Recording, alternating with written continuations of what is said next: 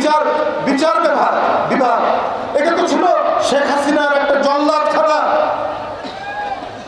একটা কসাইখানা ছিল শেখ হাসিনা। বিরোধী দলকে সাজা দেওয়ার জন্য নিজের মনোনীত ব্যক্তিদেরকে বিচারপতি করে অথবা আরো বড় বিচারপতির প্রমোশনের লোক দিয়ে আপনার একের পর এক বিএনপির প্রধান নেতৃবৃন্দের নামে তারা সাজা দিয়েছে।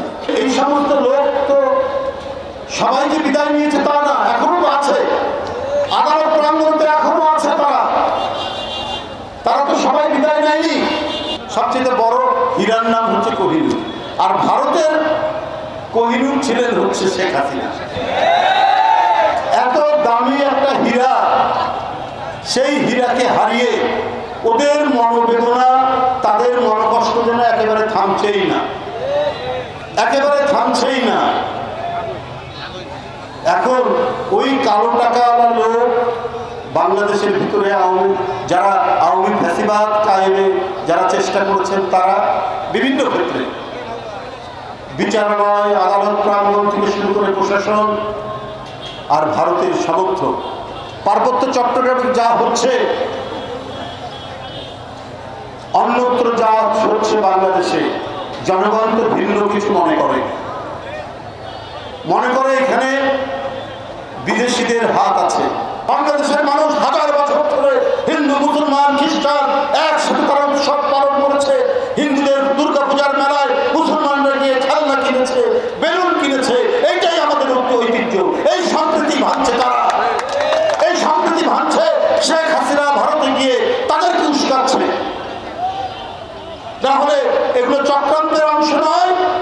দাকপ একটি উপজেলা খুলনা জেলার মধ্যে, এই যে উড়ো চিঠি এবং সারা বাংলাদেশে এই পুজোর প্রাক্কালে যে ধরনের আতঙ্ক তৈরি করা হচ্ছে, এটা সম্পূর্ণরূপে আওয়ামী ফ্যাসিবাদ এবং তার প্রভুদের একটা জয়েন্ট ভেঞ্চার, একটা যৌথ প্রযোজনা। যদি হিন্দুদের উপর অত্যাচার হয়, আপনাদের যদি এত দরদ হয়, আপনার কয়দিন আগে ঠাকুরগাঁর বালিয়াকান্দি বর্ডারে গুলি করে যাকে মেরেছেন, সেও তো হিন্দু ছিল, কিন্তু সে বাংলাদেশের লোক। আপনার মৌলভীবাজারের সীমান্তে আরেকজনকে গুলি করে মেরেছেন, সেও হিন্দু ছিল। অর্থাৎ বাংলাদেশি যারা এই শেখ হাসিনার পতন এবং উৎখাতে যারা কাজ করেছেন, তাদেরকে ভারতীয় শেখ হাসিনার ভারতীয় প্রভুরা পছন্দ করছেন। তাই সরাসরি নির্দেশ দিয়েছেন ভারত বাংলাদেশ সীমান্ত এটা রক্তাক্ত করতে, না হলে আরো বেশি রক্তাক্ত তারা করবে।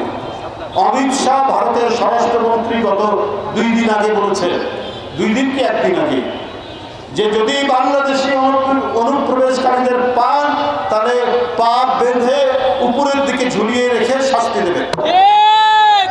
অমিত শাহ কথা বলেছেন। এত বড় সাহস!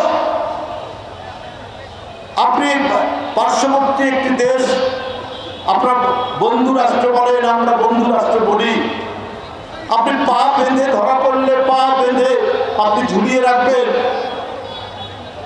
এটা কি ধরনের কথা? আপনাদের মনে এত ব্যথা, আপনাদের মনে এত কষ্ট যে শেখ হাসিনা পালিয়ে গেল ভারতে, এই কারণে আপনি বাংলাদেশি পেলে পরে তাকে পা উপরের দিকে ঝুলিয়ে শাস্তি দেওয়ার কথা বলছেন। অন্তর্বর্তীকালীন সরকারকে বলতে চায়, এখনো আপনারা ইউনিয়ন পরিষদের চেয়ারম্যান মেম্বারদেরকে রেখেছেন কেন? এরা তো সবচাইতে বড় আওয়ামী ফ্যাসিবাদের দোষর, সবচাইতে বড় দোষর তারা।